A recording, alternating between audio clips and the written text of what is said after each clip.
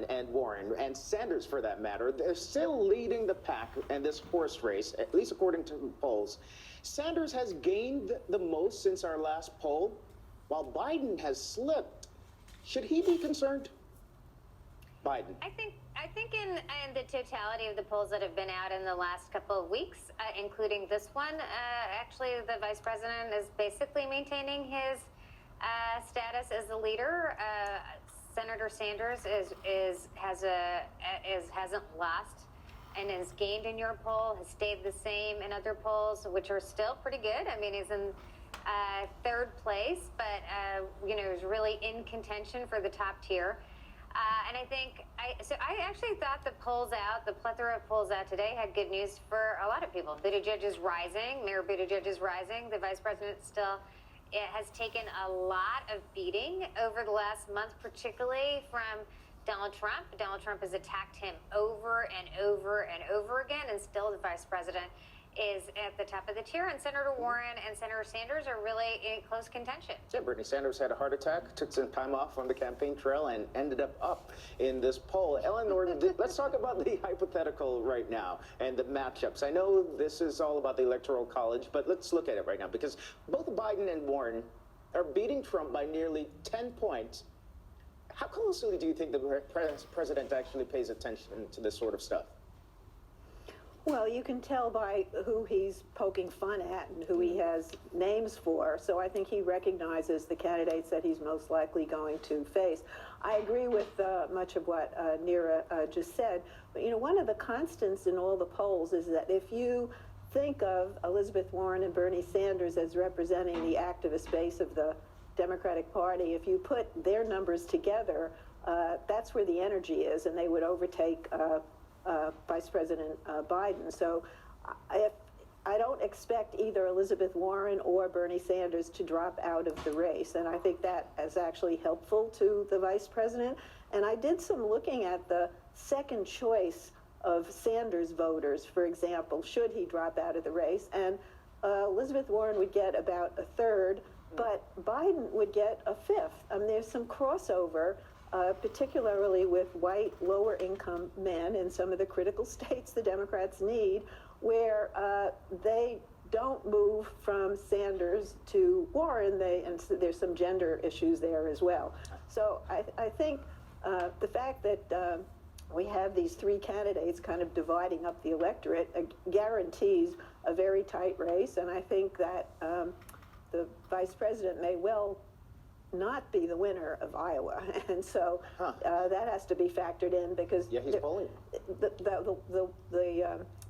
The electorate in Iowa is like 97% white, and it really doesn't represent the core constituency of the Democratic Party, which is where Biden gets his strength. And it's a very young electorate in Iowa, right. And the vice president is polling fairly low among young people nationally. Now, in the meantime, our poll also found that 53% of Americans are disapproving of the job that the president is doing. Take a look at the number right there. That's pretty much unchanged from last month and the past year. What do you think that the president would need? In several years. Well, okay, yeah, 3 years into this. But would that really matter, though? I mean, he's had high disapproval for quite some time, even when he was on the campaign trail. Will it matter next year? I mean, I think this is the central issue for Donald Trump, which is that he is extremely polarizing. He has a strong majority against him, actually. His strong disapproval is much greater than his strong approval, and so he faces the task of basically nuclear bombing whoever the Democratic nominee is. And you see he's engaging in the primary by attacking already. I mean, I think one of the reasons he conducted what is likely illegal activity with the Ukrainians is because he was basically fearful of Joe Biden against him. And so I think this is a big question for the Democratic electorate, which is which of these candidates can withstand an assault from Donald Trump, because whoever it is will take that heat. And so I think who can weather it, who has weathered it already, who can weather it.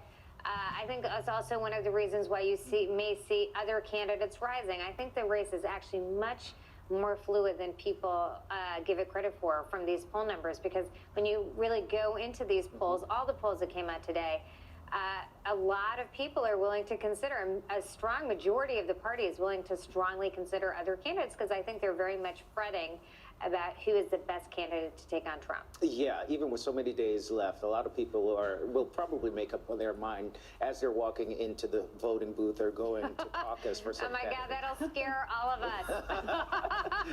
That is a frightening part in all of this. So, Eleanor, so the president's approval rating with the economy is 52%. That's pretty strong. Will that be enough to catapult him?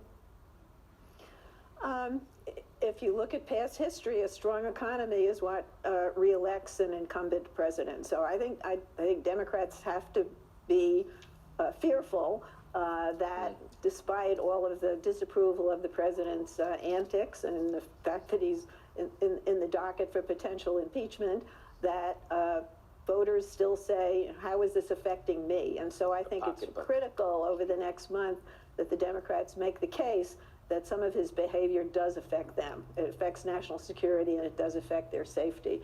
So, Okay. I would just I think you're trying to say something. Really quickly. Yeah, I'm sorry. I would just add into that very briefly that I think one of the challenges for Trump is that voters aren't voting on the economy, that they're making judgments of him because his approval rating on the job is much lower than his economic approval rating. So they're already separating out his views. Although I totally agree with Eleanor. That it's good for them to talk about how his policies affect them and how the Democrats' policies would make their lives better. And they had a very, very glossy ad that came. And some good, strong economic policies coming from the Democrats would be helpful. I agree 100%. All right, ladies, we have to leave it there. Neera Tanden and Eleanor Clift, appreciate the discussion. Thank you. Thank you.